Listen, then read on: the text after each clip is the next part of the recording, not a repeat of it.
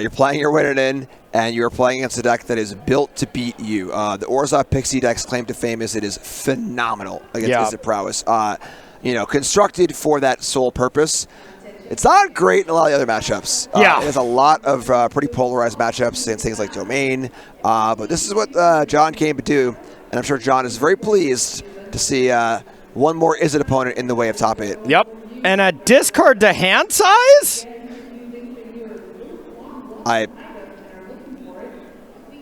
What? I'm shocked. Isn't this how we started our day as well? Yeah. With Alex with that one lander?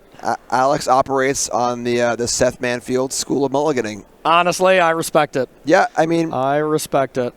Unfortunately, the Liliana here, super punishing as well. Oh, God. You can see the sly smirk on John's face, too. Yeah. All right, found the lead. We got a game, folks. Yeah, no kidding. So there is Corey Steelcutter. And back to what you were saying about Orzhov Pixie. I mean, we saw this at the Pro Tour where Matt Nass won here at this last one. Ben Stark would XO with this Pixie deck. Or X1, I can't remember. But either 9-1 or just straight 10-0 with the deck. And, Izzet Prowess wasn't even a deck, but Domain was. He did beat it once, which was kind of cool, but... All right, Shieldred and pass. Now, Alex, got to see what you can do, but, man, it feels like this might be a little too late, though, Jim. Yeah, I mean, the 1-2 punch in this Pixie deck is... It is a phenomenal temporary lockdown deck. It is a deck that is playing temporary lockdown not only defensively, but also offensively. Yeah. And then it buoys that with these black creatures that are fantastic, because we've seen from Dimir Mono Black Demons, in Preacher of a Schism, Shieldred, and that 1-2 punch is really the ticket to beating this Izzet deck. You know? Put them off their game, and then play these things that are very, very hard to deal with in quick succession.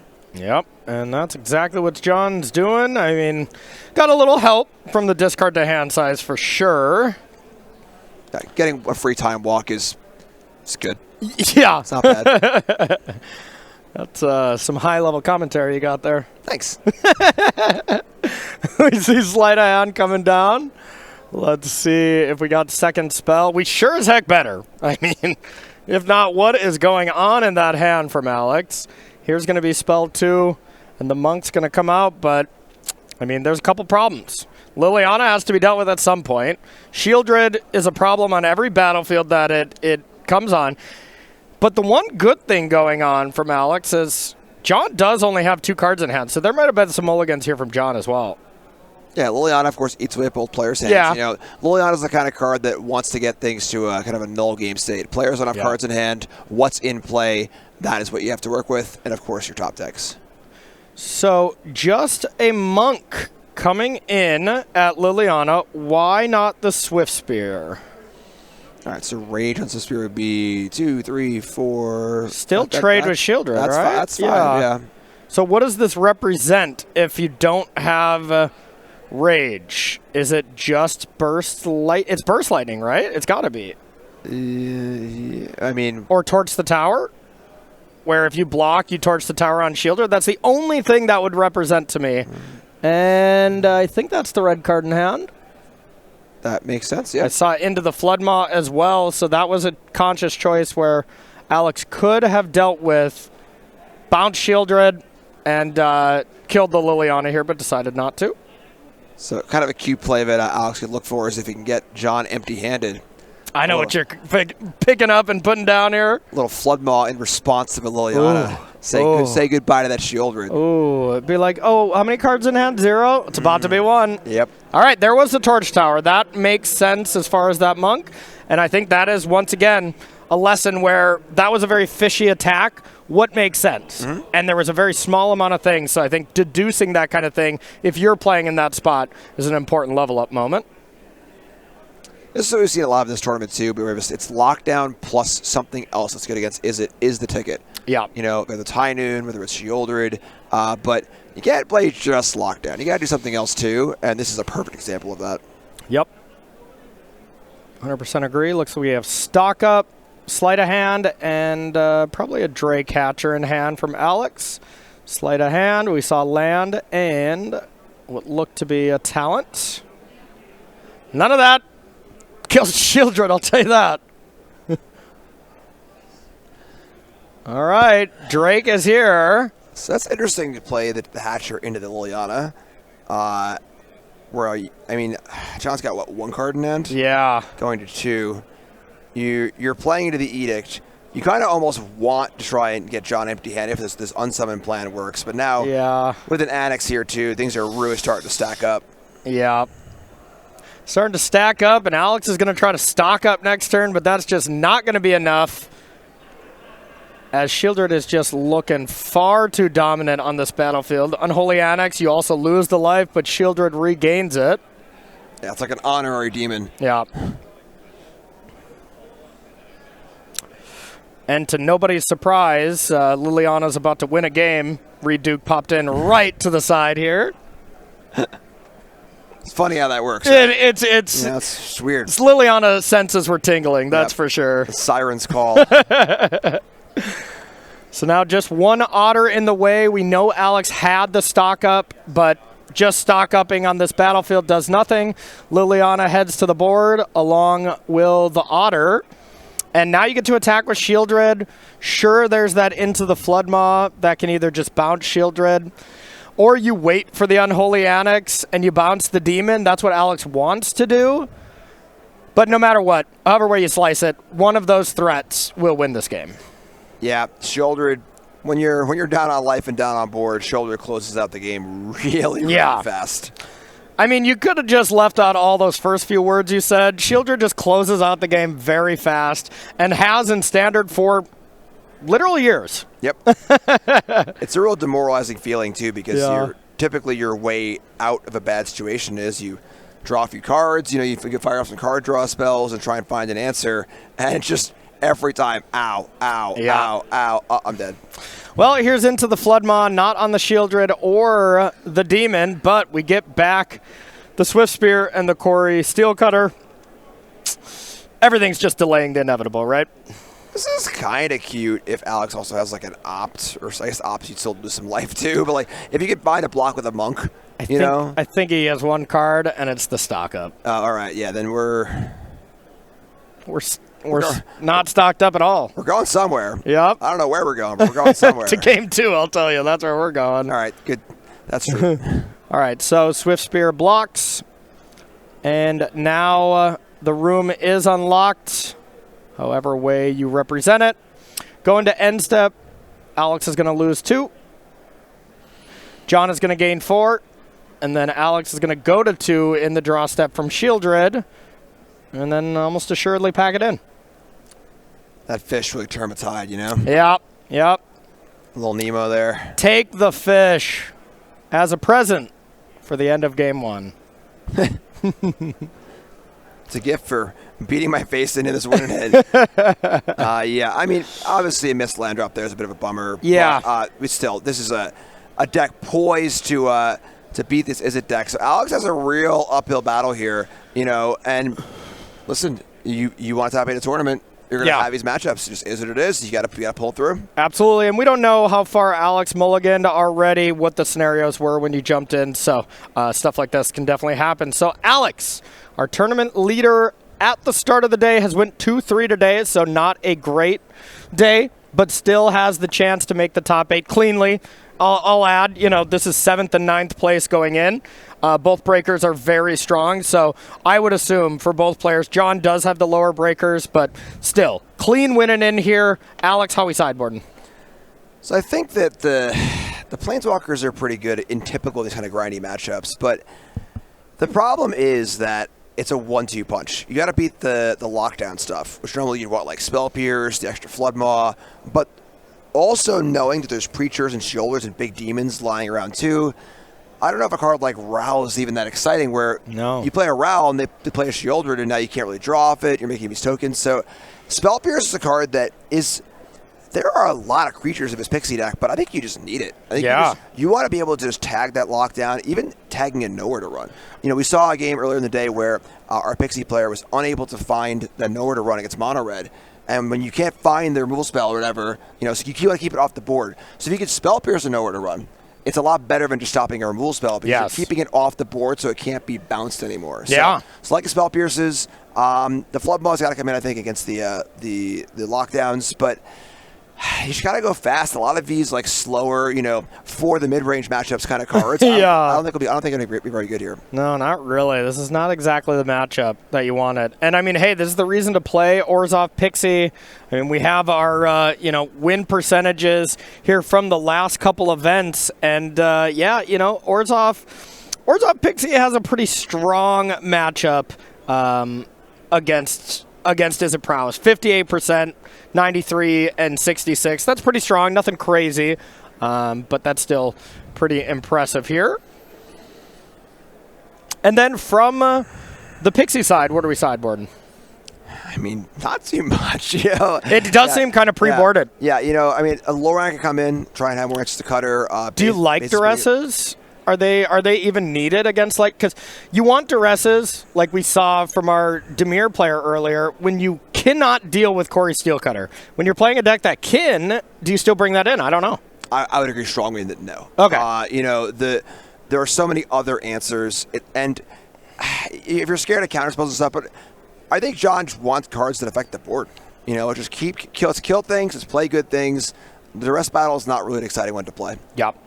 Makes sense to me. So we know our next event was Indy, but the one after that, if you are really interested in Standard and maybe Modern isn't your cup of tea, Orlando is going to be an incredible event. So Orlando will be happening exactly when we will see this gigantic rotation. Final Fantasy plus Planetary rotation will be into the mix. Then we'll lose some sets. What do we lose, like 4, right? Or do we lose 5? I think it's 5. 5. Okay, so we'll be losing 5 of the oldest sets in Standard. No matter what, when you have one set that comes in, 4, 5, 6 that leave, you're going to have a phenomenal Standard tournament where you can pretty much do anything. I mean, you can literally do anything. You can head to space. Where we have not done that very often on a Magic plane. So this will be a Spotlight series, so that is going to be the event. You just show up and play. We're watching a regional championship now. For anyone new to the competitive Magic system, you got to qualify to play in these. They are tricky to even get into the door. Spotlight series, no. You just enter the event, you play this gigantic 2-day tournament, you make it to the top 8, you're heading straight to the Pro Tour, and most importantly, you get to play Standard after that rotation, which is always the most fun tournaments to play, to watch. I've been glued to my screen when it comes to Week 1 Standard, and this will be slightly before the Pro Tour as well in Atlanta, which these players are qualifying for as we speak. August 29th through the 31st. Head on over to StarCityGames.com if you're interested in more information on that. Plus Florida. Pretty nice. A format-defining event. Yes. You'll bet all the players who are qualified for the Pro Tour will be watching that event with great interest. Yeah. Going to be a ton of fun. Make sure to come on out and join us. A lot more stuff to do than just the event as well. If gigantic tournaments are not your scene, there's always command zones, side event drafts, 5Ks, 10Ks, different formats. You can play some Modern. You can usually play some Legacy, Pauper. There's a pre-Modern event going on right now. Let me tell you, you walk up to a crowd of people that are playing pre-Modern right now, I've never seen more people excited to show me their deck and just are having an absolute blast. So all different kind of events like that, Star City Games always offers. So some cool stuff. A friend of mine is playing in the pre-Modern event. That's a format that's always interested me, but I've never found the time or reason to actually play. Yep. But it looks really, really fun, and I'm definitely going to pop over there after our shift and take a peek. Yeah. So pre-Modern, they just mean extended, right? I don't think folks know what that is. Yeah. But yeah. That's how I qualified for my first Pro Tour, Jim. I played Extended. I played Dredge with Icarid. Ooh. And I brought them back from the graveyard and attacked for 9 often. I played Goblins. Back in my day. All right. Here we go. Game is on. Alex has, at least one land. Here's the Storm Chaser's talent. Otter comes down, and here is Hopeless Nightmare.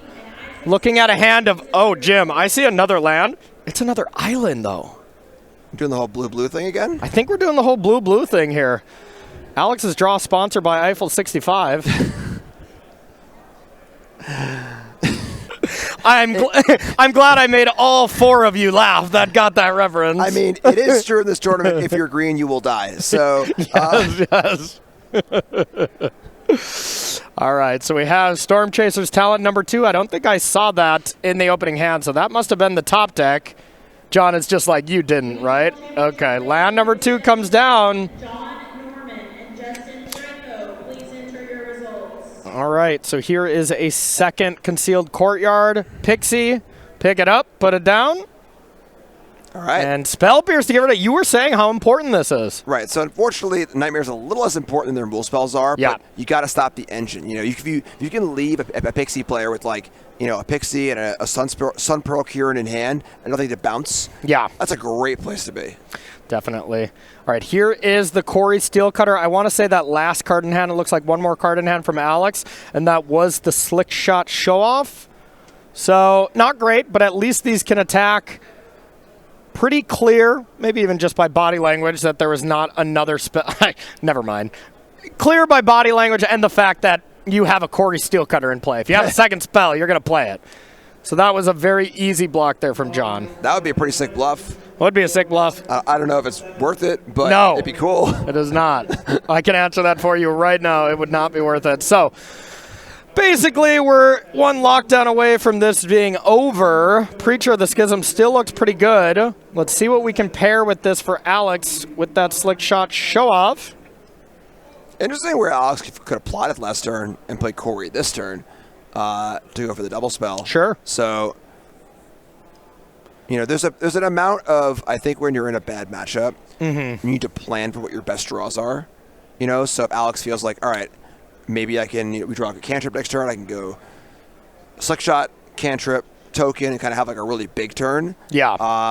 But recently, you know, so far, only one mountain to climb here with this Preacher, but that's a good place to start. The other cost for that was the Otters couldn't get in. I don't even know how much that matters. You know, as I say that, I'm not sure Alex has another card in hand, so it might have been a Slick Shot or a Corey instead of a Slick Shot there. That makes more sense.